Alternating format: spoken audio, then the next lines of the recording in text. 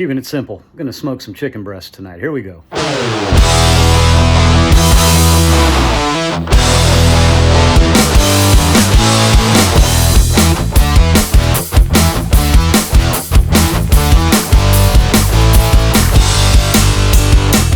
Normally, applewood is my go-to, but a friend of mine had a pecan tree that collapsed in their yard, so got us some pecan wood.